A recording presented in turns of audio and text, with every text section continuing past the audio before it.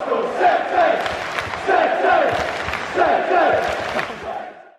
everyone, it's Jack here. Welcome back to Talk Norwich City. I hope you're doing fantastically well. Before we get into anything, I just want to say we recorded a podcast with Bradley Johnson. I say we, it was Chris. He's done an audio exclusive podcast. So once you've finished listening to this and watching me ramble on, head over to our SoundCloud or iTunes or wherever you listen to podcasts. We've got a brand new pod out with Bradley Johnson, and he reveals all. It's a fascinating listen, it really is, about how he left the club and John Ruddy kicking up a stink in the cafe. It was a very good listen. Go and listen to it. Anyway, it's Palace this weekend, away from home at Selhurst Park. I'm going. I know. Jack Reeve goes to an away game. Shocker. Thanks to Spud for sorting me out with tickets. He's a good man, is Spud. I think it was his brother, actually, but I got a ticket somehow, and it's going to be my first away game of the season. We haven't had a great record away from home, have we, so far this campaign? Defeats to Liverpool, Crawley, West Ham, Burnley. We're yet to win away from home. That's not ideal. Hopefully it changes at Palace. It's a big game for Palace, actually. It's a big game for us, kind of for opposite reasons. It's a big game for Palace because after us, they've got a really tough set of fixtures. For us, it's kind of the start of a very winnable month of fixtures, really. And I think how we get on in the next 4 or 5 games is really going to define our season. I know it's really early to say that, but if we don't get through this period well, it makes it really tough, and you could say you go into a negative spiral. If we win them or get a couple of wins, then it sets us up really nicely, because the start of the season has been far from poor. I think considering circumstances, you could argue it's been relatively good. A massive win against Newcastle and a bonkers game against Manchester City. Granted, there have been a few really disappointing kind of games in there. The West Ham and the Burnley game stick out. The Crawley game I can see past. I'm not a fan of the Carabao Cup anyway. The injuries do worry me. The defence worries me slightly.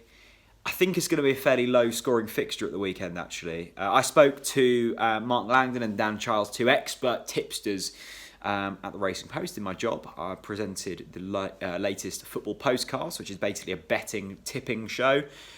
Here's what they had to say about Norwich and Crystal Palace. Next up is Crystal Palace versus Norwich. I'm sure Bruce is at home watching to see what we say. Jason, what are the markets looking like for this one? Crystal Palace 10-11 to draw, 5-2, and you can get Norwich at 11-4. Dan, if you big up Norwich here, I'll make you a cuppa after the show. I just think they got too many injuries at the moment, and especially that's a problem. I think because they've got a lot of injuries to defensive and holding midfield positions, and away from home, as we saw at Burnley last week. I think that's a big issue. I've not really liked Palace much this season, but they have got 8 points from 6 games, and they've already played 2 of the big 6, Spurs and Man United. So you've got to respect that a little bit. Normally, odds on, they're not playing great football, Palace. I wouldn't fancy them, but I just think that Norwich defence is going to let them down on the road, so Palace for me. Mark, I mean, the Norwich defence was decimated against Manchester City, but they still came through. Can they pull up another upset here? No, I don't think so. I like the look here in a correct score market. Crystal Palace to win 1-0. Norwich haven't scored in their last 3 away matches, and I think that sort of sense of adventure is fine at Carrow Road, but it is different. I mentioned Sheffield United earlier, had 2 shots at Everton. I think that at home you can afford to be braver. Maybe what happened in that first half against Liverpool on the opening day has just scarred Norwich a little bit in terms of away games. You look at Palace home sort of record. It's 0-0 against Everton, 0-0 against Colchester, 1-0 against Villa. It was 1-1 against Wolves with a 96th minute equaliser. So I think if Palace are to win, I'm not seeing a 3-4-0 here. And with Norwich not scoring too many goals away from home, I think we can really sort of narrow down the sort of likelihood of correct scores. So I'm going to go for Palace 1-0. I think I might be asking for a refund on my ticket to the game at that rate. You may have seen there's been kind of a slight lack of video content on here recently, but there is video content from this weekend's game. I'll be at the game doing a matchday experience, all of that good stuff. It's because I've been spending loads of time really kind of trying to do good stuff with the Racing Post. I'm loving my job. Head over to there, leave a comment on that video. It will be linked in the description below. If you think Norwich will beat Crystal Palace this weekend, I'd love to see a few views over there. It's a really tricky one to call this, but I think we've got a good chance. I don't want to see too many changes. I hope that front four of Pukki, Buendia, Cantwell and Sheepan click. Because when it does, we're very, very hard to beat.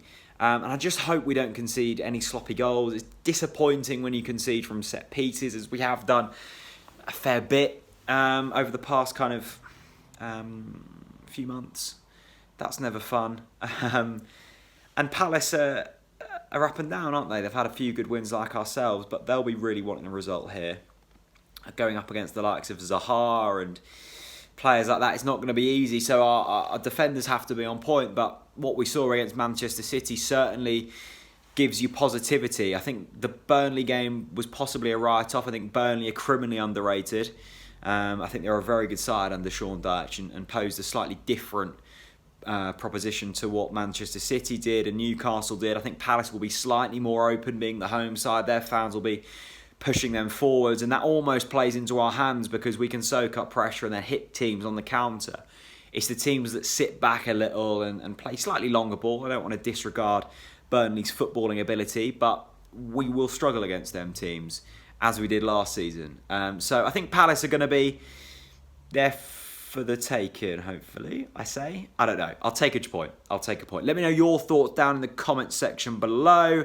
Score predictions, all of that good stuff. And I will see you very soon. Hopefully at Selhurst Park. If you do see me, say hello. Bye-bye.